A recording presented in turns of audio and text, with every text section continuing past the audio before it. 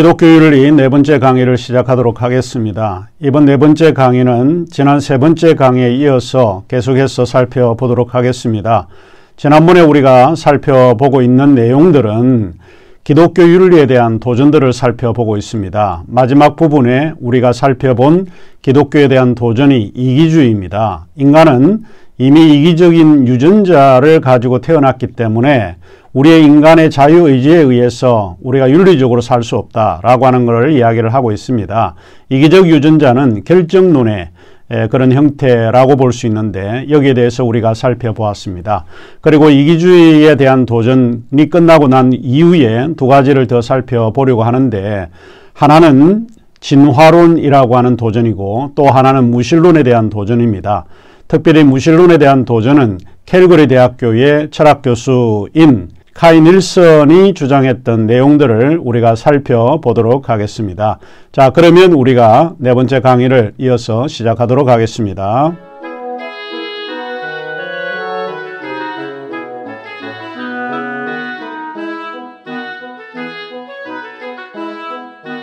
사이먼 블랙번이라고 하는 분은 또 Being Good이라고 하는 책에서 우리는 매우 이기적인 동물이다. 그보다는 차라리 우리는 철저히 이기적인 동물이라 말하는 편이 나을 거다. 다른 이들에 대한 관심이나 원칙에 대한 관심은 죄다. 거짓말에 불과할 것이다. 아무래도 윤리학은 가면을 벗어 던질 필요가 있다. 윤리학은 단지 경적에 불과할 뿐 기관차를 움직이는 전기는 아니라고 보는 거죠. 여기서 그가 윤리학이라고 할 때 기독교 윤리는 이기주의를 반대하고 이타주의를 옹호하고 있다는 전제에서 출발을 하고 있습니다. 그래서 이제 그는 이미 인간 자체는 굉장히 이기적인 동물이라고 볼 수 있는데, 이 윤리는 사실은 경적에 불과하고 기관차를 움직일 수 있는 전개는 될 수 없다, 이렇게 주장을 합니다. 그래서 기독교 윤리에 대한 도전이 참 심각하다, 이렇게 보는 거죠. 그 다음에 기독교 윤리의 도전 가운데 네 번째가 무엇인가 하면, 기독교 윤리에 도전하는 네 번째 요소가 진화론입니다. 진화론. 자, 진화론은 우리 사회에 널리 팽배해 있는 과학 이론 중에 하나이죠.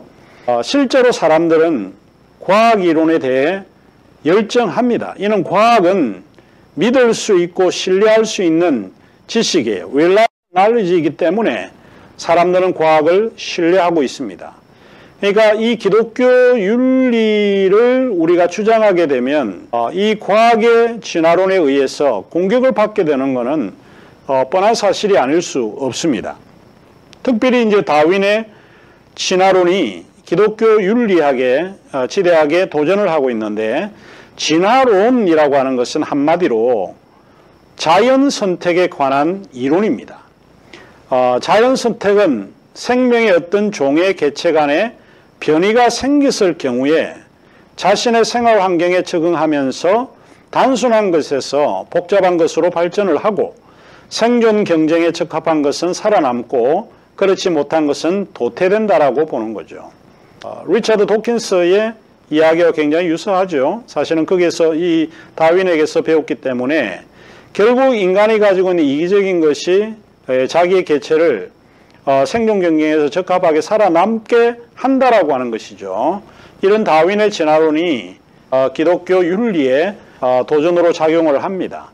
특별히 이 다윈의 진화론에 근거한 그 가운데 하나가 생물학적 결정론입니다. 생물학적 결정론에 따르면 인간의 행위가 우리의 생물학적 특성에 의해서 결정이 되어진다는 거예요.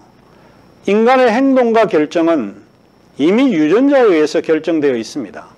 그러니까 인간의 행동이 결정됐다라고 하는 것은 이미 프로그램화되었기 때문에 자유라고 하는 것이 들어설 여지가 없다는 것입니다.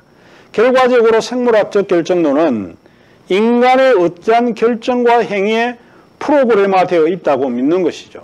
기독교 윤리는 우리의 결정 행위를 함에 있어서 자유를 극대화시키는데, 이미 생물학적 결정론은 이미 우리가 어떤 행동을 할 것인지 프로그램화되어 있기 때문에 자유가 쓸모가 없고 소용이 없다라고 하는 것을 주장하게 됩니다. 자, 여기에서는 인간의 어떤 윤리적인 결정이나 행위가 전혀 소용이 없게 된다라고 하는 것이죠. 이미 프로그램화된 결정과 행위가 인간의 자유로운 의지와 행동에 영향을 미칠 수 없기 때문에 그렇다는 거예요. 이런 거를 이제 우리가 생각을 해보면 기독교 윤리를 공부하는 사람들이 이런 생물학적 결정론을 주장하는 사람에 의해서 이 도전을 받고 있겠구나 라고 하는 것을 우리가 생각하지 않을 수 없습니다. 자, 그러면 생물학적 결정론은 좀 구체적으로 이야기를 하자면 우연성과 결정론의 문제를 이야기를 해요. 우연성은 자유를 이야기를 합니다. 결정론은 이미 필연성이죠. 이 문제, 두 가지 문제를 조금 이야기를 하는데 제가 여러분에게 좀 예로 좀 소개하고자 하는 것이 한국의 전래동화입니다. 한국의 전래동화에 이런 이야기가 있습니다. 너무 잘 알려진 이야기인데 심청전이라고 하는 게 있죠. 이 이야기에서 심청이가 인당수에 뛰어내리자 바다의 노윰, 폭풍우가 그쳤다는 것이죠. 여러분 생각할 때는 이것이 우연의 일치일까요? 아니면 필연적일까요? 자, 굉장히 이제 중요한 문제입니다. 우리의 한국 전래동화에도 사실은 자유와 필연성의 문제가 많이 야기됩니다. 결정론은 그렇게 될 수밖에 없는 필연성 또는 원인이 존재한다는 거예요.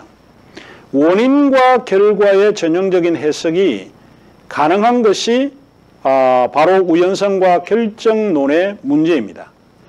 결과는 원인을 전제로 합니다. 어떤 원인이 있기 때문에 이런 결과를 예측할 수 있다는 것이고, 그래서 원인은 결과를 만들어냅니다. 결론적으로 사물의 결과는 필연적이거나 또는 모든 사건은 선행하는 원인의 결과다. 이렇게 생각해 볼 수 있습니다. 그러면 왜 사람들은 우연의 법칙이나 원인을 찾을까 하는 질문을 던져볼 수 있습니다. 자, 그러면 자유, 우연성이라고 하는 것은 사물에는 어떤 목적이나 의도된 프로그램이 존재하지 않고 단지 일어나고 있다, 이렇게 믿는 것을 말합니다. 이와는 반대로 필연성이라고 할 때 결정론을 의미하는데 사물에는 어떤 목적이나 의도된 프로그램이 존재한다고 믿고 그것에 따라 사건이 발생한다고 믿는 것입니다. 예컨대 9.11 미국 무역센터 폭발 사건 같은 거는 이미 결정이 되었기 때문에 그때 그 시에 그런 사건이 일어날 걸로 예측을 했다는 겁니다. 그 다음에 뭐 유전적 질병이라든지 크론병 이런 것들은 인간의 자유와 무관합니다. 그래서 이런 필연성 결정론이 분명히 존재한다라고 보는 거죠.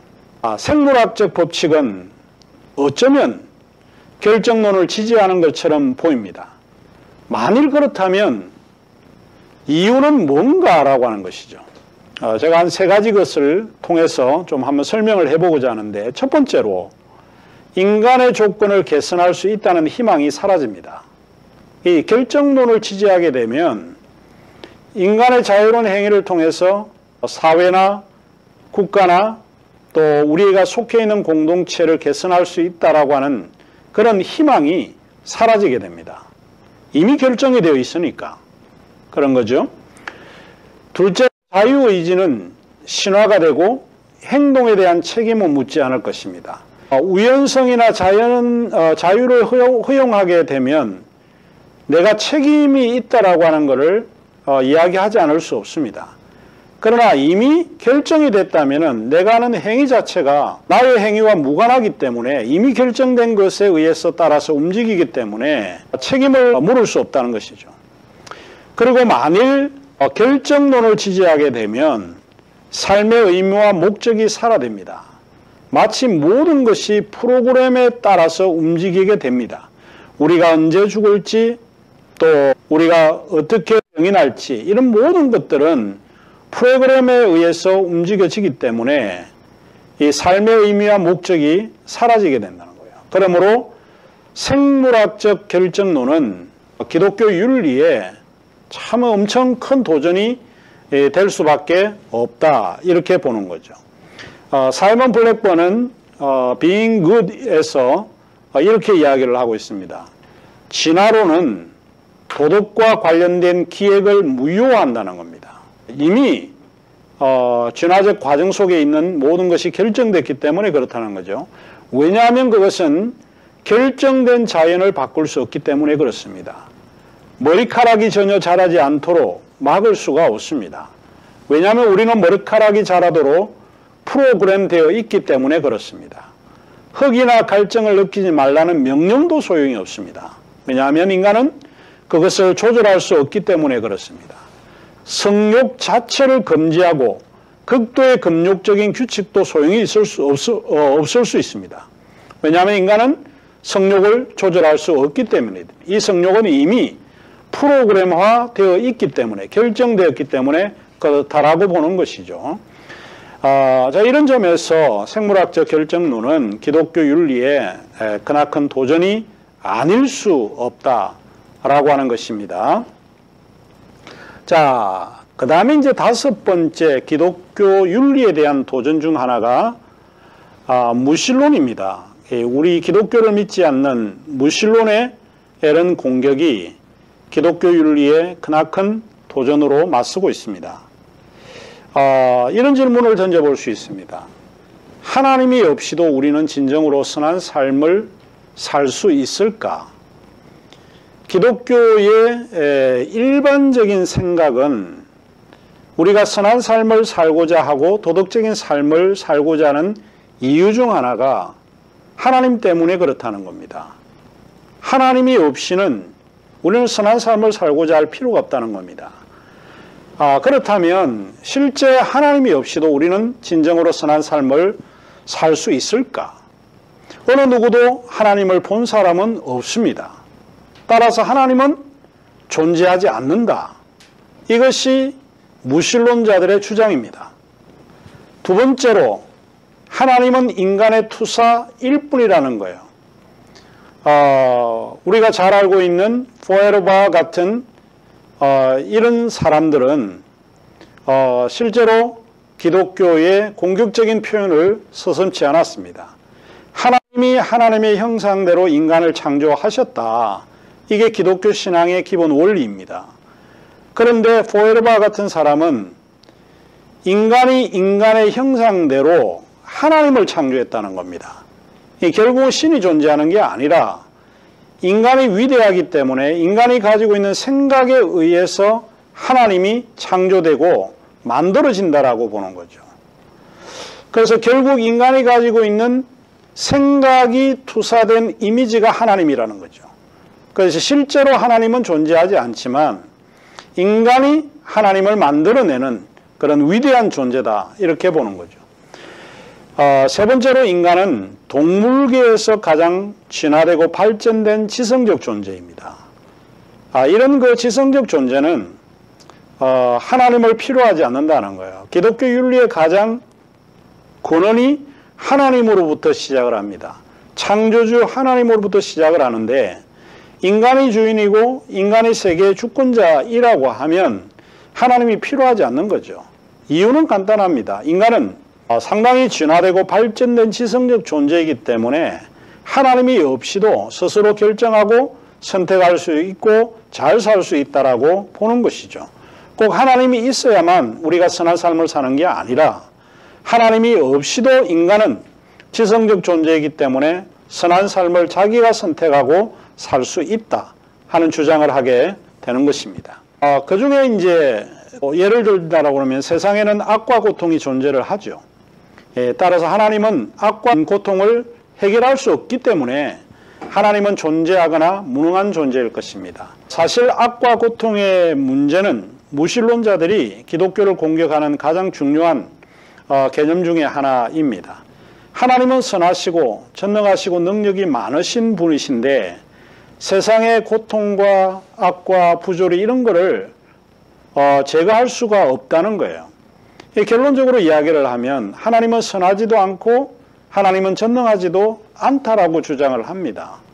하나님이 살아계시다면 왜 아우슈비츠 사건이나 세월호 사건과 같은 이런 일을 막지 못할 수 있었을까? 이런 이제 비판을 가하게 되는 것이죠. 따라서 하나님은 존재하지 않거나 아마 능력이 없는 무능한 존재일 수밖에 없을 것이다. 라고 이제 기독교 윤리에 대해서 도전을 하고 있습니다. 그리고 신을 믿는 종교가 무신론자들이나 비유신론자들이 생각할 때는 오히려 세상에 폭력을 가져왔다고 주장을 합니다. 따라서 하나님을 믿는 종교는 어쩌면 굉장히 유해한 종교인지 모른다 하는 것이 기독교 밖의 사람들의 도전입니다. 성서의 하나님, 성서의 신은 원시적일 뿐만 아니라 혐오감을 더해준다고 주장을 합니다. 따라서 유해하고 혐오스러운 신은 배척되어야 한다. 참 이 기독교 윤리에 대한 도전이 우리가 이제 이 도전에 맞서서 싸워야 되는데 상당히 큰 도전이 아닐 수 없습니다. 제가 여기 카이 넬슨을 언급을 했는데 이분은 철학자이기도 하고 철학 안에서도 윤리를 강조하는 사상가입니다. 지금은 캐나다 캘거리에 살아가는 분이신데 이분의 이제 주장하는 것 가운데 하나가 사후생존에 대한 믿음을 많이 강조합니다. 기독교인들은 사후생존에 대한 믿음을 가지고 있는데 이분은 여기에 대해서 비판을 하면서 이러한 믿음은 일종의 마취제와 같다. 이렇게 주장을 합니다. 따라서 현실을 외면하는 종교의 신은 그가 내리는 결론은 배척되어야 한다. 이렇게 주장하는 거죠. 자, 여기에 보이는 기독교 윤리에 대한 도전 가운데 왼쪽에 보이는 분이 카이 닐센입니다. 이분이 이제 선 책 가운데 하나가 Ethics Without the God인데 하나님이 없는 윤리학이라고 하는 거죠. 사실 이제 윤리학이라고 하는 것은 하나님이 근거를 잡지 않아도 괜찮다라고 이제 주장하는 사람입니다. 이 카이 닐슨이 지은 책 제가 지금 들고 있는데요. 이게 Ethics Without the God이라고 하는 이 책입니다. 이 책은 실제로 무신론의 그런 성격을 가지고 우리에게 설명을 해주고 있습니다. 하나님이 없으면 오히려 더 그게 낫다라고 이야기를 합니다. 앞서 우리가 이야기를 했지만은 신이 없으면 모든 것이 가하다라고 하는 도스토옙스키의 그런 명제를 지금 굉장히 따르고 있습니다. 그러니까 하나님이 없어야 한 번밖에 없는 이 세상이 평안하고 더 성실하게 살 수 있다라고 하는 이야기입니다. 그러면 강의는 여기서 마치고 5번째 강의에서 우리가 다루고자 하는 것은 이런 기독교 윤리에 대한 도전들에 대한 답들은 어떻게 해야 될 것인가, 그 문제를 우리가 살펴보도록 하겠습니다.